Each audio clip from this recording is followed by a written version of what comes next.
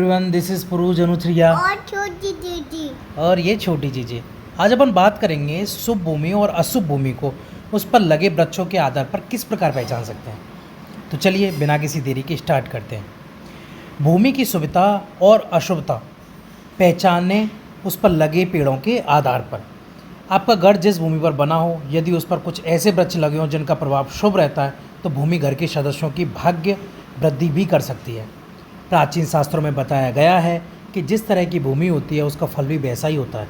ठीक उसी तरह यह भी कहा गया है कि भूमि की शुभता और अशुभता में उस पर लगे पेड़ भी प्रमुख भूमिका निभाते हैं। इसी का प्रभाव उस जमीन पर निवास करने वाले लोगों पर पड़ता है। तो पहले देखते हैं अपन लाभप्रद भूमि। जिस भूमि पर आंवले के वृक्ष लगे हों, उस भूमि पर बने घर में रहने वालों को आरोग्य और सौभाग्य की प्राप्ति होती है। इसके साथ ही वहाँ सदैव लक्ष्मी का वास होता है। इसी तरह जिस भूमि पर अशोक के वृक्ष होते हैं, वहाँ पर निवास करने से शोभ व स्त्रियों की प्रजनन संबंधी बीमारियाँ दूर होती हैं। अगला, जिस भूमि पर साल के वृक्ष हों, उस पर बने घर में धन संपत्ति की कभी कमी नहीं होती तथा उसमें रहने वाले लोगों का कल्याण होता है। अगला, जिस जमीन पर आपका घर बना है, उस पर पहले यदि अरणी के पेड़ लगे हों, तो उसमें रहने वाले लोगों को राज्य से तथा अन्य स्रोतों से अतुल धन की प्राप्ति होती है।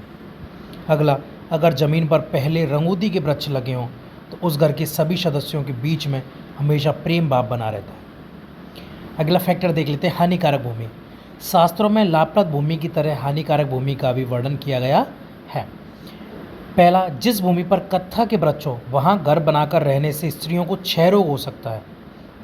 अगला, जिस भूमि पर पलाश के वृक्ष हो, वहाँ घर बनाकर रहने से परिवार के सदस्यों का जीवन कलेश युक्त हो सकता है। अगला, जिस भूमि पर महुए के वृक्ष हों, उस पर बने घर में रहने वाले लोगों को अनेक प्रकार के रोग होने की आशंका बनी रहती है। अगला, अगर भूमि पर गूलर के वृक्ष हों, तो उस पर बने घर में रहने वाले या तो निसंतान रह सकते हैं या ऐसा ही कष्ट उन्हें हो सकता है। अगला, वैसे तो केले का वृक्ष पूजन के योग्य माना जाता है, पर यदि भूमि पर केले के वृक्ष रहे हों, तो वहाँ घर बनाकर रहने वाले परिवार के सदस्यों के बीच लड़ाई झगड़े की आशंका बनी रहती है। अगला है, जिस भूमि पर बड़हल पीपल के वृक्ष हों, वहाँ घर बनाकर रहने से संतान को कष्ट होता है।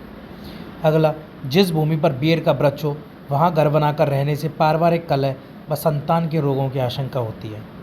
अगला, जिस भूमि पर कनेर का वृक्ष हो, वहाँ पर घर बनाकर रहने से भूत प्रेत आदि की बाधा होती है। अगला, जिस भूमि पर शीशम के वृक्ष हों, वहाँ पर घर बनाकर रहने से अनेक प्रकार की चिंताएं व्याधि उत्पन्न होती हैं। अगला, जिस भूमि पर ईख होती है, वहाँ पर घर बनाकर रहने से बात जनित प्रकोप उत्पन्न होते हैं। अगला, जिस भूमि पर हरड़ के वृक्ष हों, वहाँ पर घर बनाकर रहने से हमेशा शत्रु भय बना रहता है। अगला है, अगर घर बनाने से पहले भूमि पर आम के वृक्ष रहे हों, तो उस घर में रहने वाले लोगों की स्वभाव से उन्माद प्रवृत्ति हावी हो सकती है। अगला है, जिस भूमि पर सतपड़ी के वृक्ष हों, वहाँ पर घर बनाकर रहने से कुटुंब शोकाकुल हो सकता है। अगला है, जिस भूमि पर बेंत के वृक्ष हों, वहाँ पर घर बनाकर रहने से व्यक्ति के अहंकार में वृद्धि होती है। तो फिलहाल का सेशन यहीं कंप्लीट होता है। आपको इनमें से क्या अच्छा लगा या क्या बुरा लगा, या फिर कितनी जानकारियाँ आपके पास पहले से थी, उसके बारे में हमें कमेंट सेक्शन में ज़रूर बताएं।